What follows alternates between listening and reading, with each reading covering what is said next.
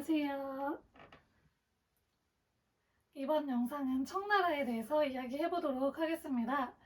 청나라는 신의 혁명으로 중화민국이 건설되기 이전까지 존재했던 만주족이 세운 국가를 이야기를 하고요. 이 청나라는 명나라가 좀 쇠퇴를 하고 있던 시점에서 북방에서 세력을 키워나갔던 나라입니다. 누르하칠 때 만주족 부족을 통일을 하고 후금이라는 나라를 세우게 됩니다. 이 후금은 그 이전에 정보광조 이야기했을 때 여진족이 금나라를 세웠다고 했잖아요. 이 만주족이 여진족이거든요. 그래서 그 금나라를 이어받은 나라라고 하는 의미에서 후금이라고 이름을 짓게 됩니다. 이 후금은 만주 문자를 또 창제하기도 했고요. 팔기제라는 청나라의 그런 군사 제도를 마련을 해서 체제를 정비를 하게 됩니다. 이후에 홍타이지 때에는 국호를 청나라로 바꾸게 됩니다. 이 홍타이지는 우리나라 역사하고도 관련이 깊은데요. 조선시대 인조 때 병자호란이 일어나잖아요. 그 병자호란 때 쳐들어왔던 황제가 바로 이 홍타이지고요. 이 인조가 그때 청나라한테 항복을 하면서 삼배고구두례라는 그런 예를 실시를 하는데, 그게 이제 이마를 땅에다가 3번 동안 이렇게 쿵쿵쿵 찢는 거를 3번 하는 거라서 총 9번을 이제 쿵쿵쿵 찢는 거를 이야기하는데, 이게 황제에 있는 자리까지 들려야 돼요. 그래서 엄청 세게 찌어야 되는 거거든요. 그거를 했던 황제가 바로 이 홍타이지입니다. 이후에 순치제 때에는, 이때는 명나라가 이미 이자성이라는 사람한테 멸망을 했던 상태였어요. 그래서 북경으로 이제 진입을 하게 되는데, 이때 명나라의 장수였던 오삼계라는 사람이 이 청나라의 군대에게 길을 안내를 해줘요. 일로 가십시오 하면서 안내를 해줘서 거의 무혈입성으로 이제 베이징에 들어오게 되고요. 이때부터 이제 베이징에다가 수도를 정하고 이 중원 지역을 통치를 하기 시작을 하면서 몽골족 다음으로 북방 유목민족이 이 중원 지역을 다시 지배를 하게 됩니다. 그리고 이때 이제 순치제는 들어왔잖아요. 그래서 한족들이 거기 있었으니까 이 한족들을 통치를 하기 위해서 좀 강압적인 통제책을 펼치기로 하는데요. 그 중에 하나가 바로 변발령입니다. 여러분들 변발하면 어떤 변발이 떠오르세요? 보통 떠오르는 변발이, 가장 많이 알려진 변발이 바로 이 청나라 변발일 거예요. 여기 앞에는 다 머리를 밀어버리고 뒤에 꼬랑지만 이렇게 남기는 변발이 청나라 변발이고요. 그 이전에 이제 몽골족도 있었는데, 몽골족도 북방 유목민족이었기 때문에 당연히 변발을 했어요. 이 변발이 몽골족은 양갈래로 이렇게 따서 하는 변발을 실시를 했다고 합니다. 이런 식으로 이제 북방 유목민족들은 각자의 모양대로 변발을 실시를 했는데, 이게 이제 처음에는 실용성에 의해서 변발을 실시를 했던 게 점차 그 북방 유목민족 자신들 부족의 어떠한 그런 상징적인 모습으로도 이게 보여지기 때문에 한족들에게도 똑같이 이런 변발을 할 것을 강요했던 변발령을 실시를 하게 됩니다. 그리고 이때 청나라는 오랑캐였잖아요. 한족의 입장에서는. 그렇기 때문에 이 한족들 사이에서는 이 청나라를 반대하는 반청 세력이 존재를 했어요. 이 반청 세력 중에 하나가 정씨 세력인데, 이 사람들은 타이완으로 건너가서 그 타이완 지역에서 세력을 구축을 하고 있었어요. 그래서 명나라를 부흥할 것을 주장을 계속하고 있었는데, 이 정씨 세력들하고 중국 본토의 반청 세력들이 연합할 것을 우려해서 해금령이라는 것을 실시를 하게 됩니다. 그래서 이 바다로 배가 마음대로 드나들 수 없도록 하였습니다. 그리고 이후에 이제 강희, 옹정, 걸륭제 요 세 황제 시기에 청나라가 최전성기를 맞이를 하게 되는데요. 처음에 이제 강희제 때는 3번의 난과 정씨 세력을 진압을 해요.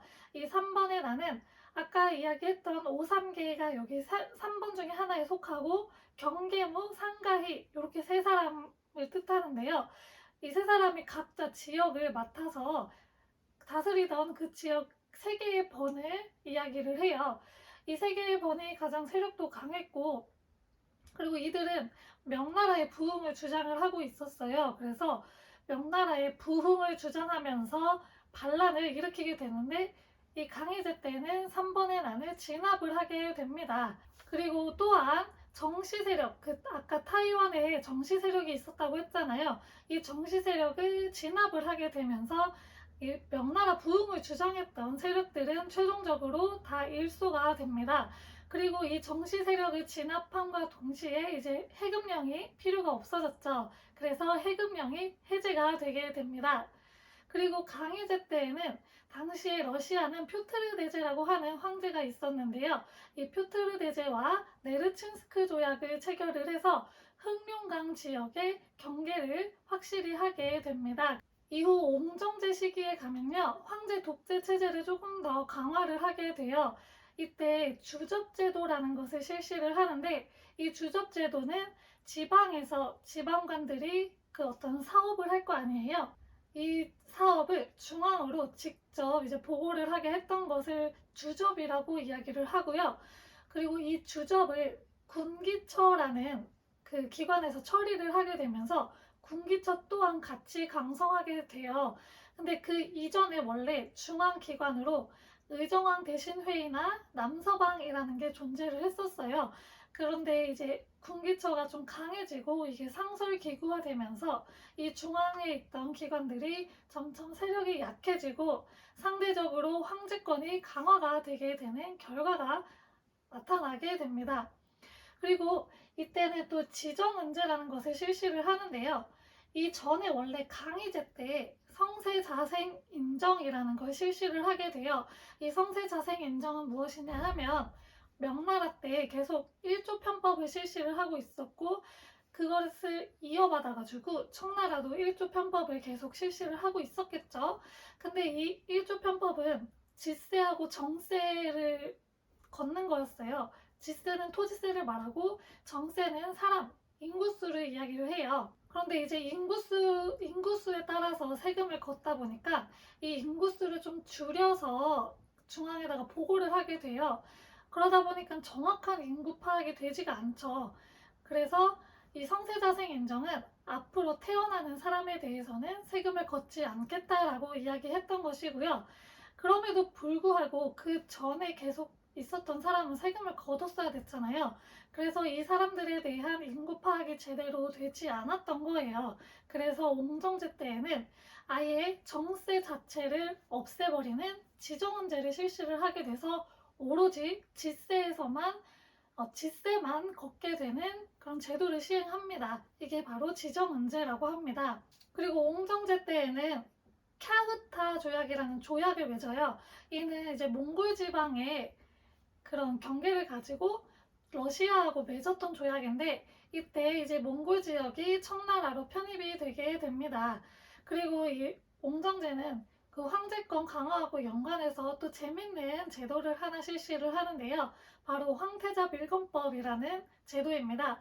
황태자 밀건법은 아마 중국 사극을 보셨던 분들은 조금 아시겠지만, 이 청나라 이전에 중국에서는 계속 그 황제의 자리를 놓고서 뭐 황후라든지 아니면 후궁들의 자녀들을 자기네들 이제 황제로 만들기 위해서 엄청난 암투가 벌어지게 돼요. 그래서 뭐 음식에 독이 들었는지 뭐 독살하려고 하는 그런 장면들이 많이 있잖아요. 그런 식으로 좀 황실 내에서 암투가 많이 일어나게 되니까 그런 것들을 좀 막고자 이 황제가 자신의 업무를 보는 건천궁 뒤에 액자에다가 다음 황제를 할 사람의 이름을 적어놔요. 요거를 바로 열어볼 수 있는 게 아니고 황제가 죽은 뒤에 열어볼 수 있도록 한 제도입니다.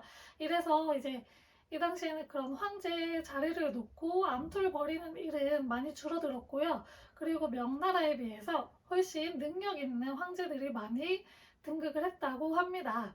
또 이 옹정제 때에는 대의강미록이라는 책을 편찬을 하는데, 이는 화의사상을 극복하기 위한 책이었어요. 청나라는 이제 한족의 입장에서는 오랑캐였잖아요.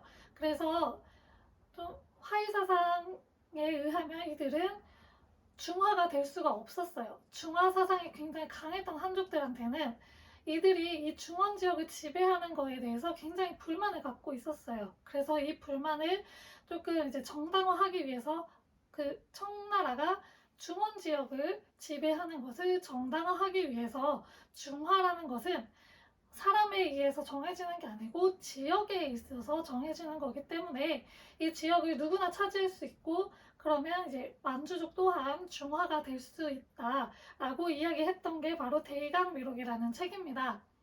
그리고 이후에 이제 걸륭제 때에는 중국 역사상 가장 큰 영토를 차지했고요. 이때는 네팔, 미얀마, 그리고 베트남 북부까지 진출을 하게 돼서 여기가 다 이제 청나라 땅이었던 거죠. 이렇게 최대 판도를 성립을 하기도 했고요. 그런데 이 시기에는 청나라가 조금씩 이제 아시아 지역으로 진출을 하고 있었던 때였어요. 그래가지고 이 서양 세력하고 중국 내 반청 세력이 연합할 것을 걸륭제가 좀 우려를 했던 거죠. 그래서 이 전에 해금령이 해제가 됐었잖아요. 그런데 다시 이제 무역하는 지역을 광주 지역으로만 한정을 시켜놓고 광주 지역에서도 아무나 이제 할 수 있었던 게 아니고 그 광주에 공행이라는 직책을 가진 사람을 파견을 해요. 그래서 이 공행을 통해서만 무역을 할 수 있도록 허가하는 광동무역체제를 실시를 하게 되었습니다. 이 광동무역체제는 당연히 그 서양 세력들의 불만을 가져올 수밖에 없었죠. 그래서 이후에 아편전쟁이 일어나게 되는 한 원인이 되기도 하였습니다. 청나라는 명나라에 존재하고 있던 신사층을 회유를 할 필요가 있었어요. 왜냐하면 이 신사층들이 주로 이제 관료로 포진을 해 있었고 그리고 지방 세력에서 굉장한 영향력을 갖고 있었던 사람들이었기 때문에 이 청조가 중원 지역을 좀 더 원활히 통치하기 위해서는 신사층들을 회유할 필요가 있었습니다. 그래서 이 신사층들에게 변발을 조금 뒤늦게 시행할 수 있도록 배려를 해주기도 하면서 이런 식으로 좀 회유책을 펼치기도 했고요. 그리고 신사층 또한 자신들의 그런 권익을 보호해줄 강력한 국가 세력이 필요했어요. 그래서 이 청조한테 조금씩 연합하는 모습을 보이기도 합니다. 그런데 이제 이 청조는 회유책뿐만 아니라 통제책도 펼쳐서 사상을 좀 통제를 했어요. 왜냐하면 이제 학문을 연구를 하다 보면은 학문이 여러 갈래로 이제 퍼져나가게 될 거 아니에요? 그러면서 그 중에서는 혁명 세력들이 생길 가능성이 있어요. 그런 것들을 사전에 이제 방지하고자 사상을 굉장히 통제를 하게 돼서 다양한 사상이 좀 발전을 하지를 못했어요. 그래서 이때는 이제 옛날에 문헌들을 고증하는 그 문헌에 입각해서 고증하게 발전을 하게 되고요. 그리고 이후에 아까 서양 세력이 계속 들어온다고 했잖아요. 그리고 좀 농민들이 많이 좀 힘들어지고 백년교도의 난도 이때 일어나거든요. 이런 사회를 개혁할 개혁 사상이 또 필요했어요. 그게 바로 공량학이고요. 이 공량학은 나중에 이제 변법 자강 운동이라는 개혁 운동이 일어나요. 이 개혁 운동에 영향을 주기도 한 사상입니다. 공량학은 우리나라의 조선시대 후기에 약간 실학이랑 비슷한 그 부류라고 생각을 하시면 돼요.